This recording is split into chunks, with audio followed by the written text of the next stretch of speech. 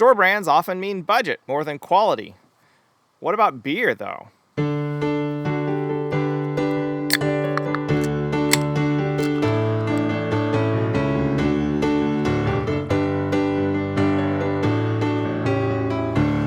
Well, hello and welcome to another episode of Chewing the Brew.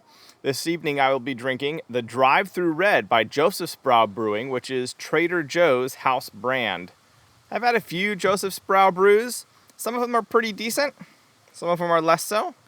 I have seen this Drive-Thru Red on the shelves for quite some time. It is a dry hopped red ale, by which I expect it to be hoppier than the average amber, but we'll see. And it's always interested me by the can art. It's a picture of the drive-through sequoia tree, giant sequoia tree up in Northern California, I believe that is. And it's relatively spicy at 7.2% ABV, 42 IBU. Yeah, those are definitely to the high side of a typical amber. But I'm very interested to see how this one, how good it is, how much I enjoy it. Just opening it and pouring it, there's a really nice, like, malty apple juice. Like, even from this far away, with a bit of a wind, I'm smelling like a pretty decent but filtered apple juice smell, which is, well, that speaks good things. That's going to mean the maltiness is pretty prevalent, which I like in an amber. That's a good thing about ambers. Once you get closer in, there's definitely a very European, like, earthy hop character to it. That's quite nice. That speaks well to the style they're trying to build here as a German-style brewery. Trader Joe's, I believe, was founded by a German gentleman.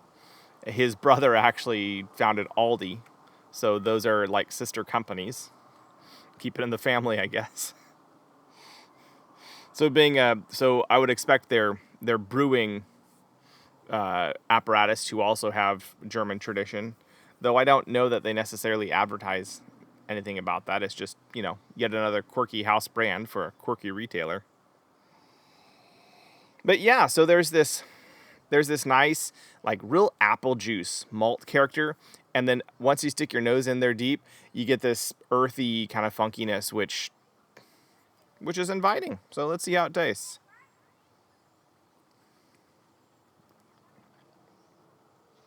Oh, and those hops hit fast. Wow, that is interesting.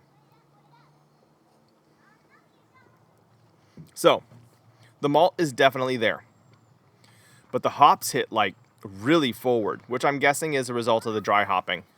You get this real forward, like, the bitterness is right there at the beginning, but it's an earthy bitterness rather than a verdant bitterness. So it still kind of follows true to a more European hop style, and then you get this, and then the maltiness comes through, and it is sweet. It's definitely very sweetly malty, which the higher ABV, yeah, that speaks to it. So they probably had a pretty rich grain bill going in here to produce a high malt content. A lot of sugars in the wort that the yeast could work on.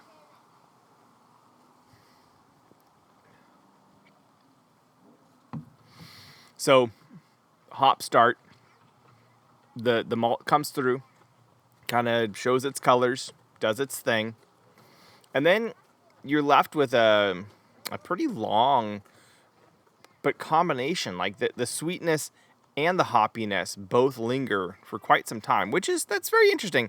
I expect ambers to drink a little more dry often, in my experience. Like, I like them to drink a little more dry, that is a little less sweet, and be perhaps more balanced. And it's not that this isn't balanced, but it's got a lot of sweetness in it. Like, the malt is really sweet, and far sweeter than I expect for a typical amber.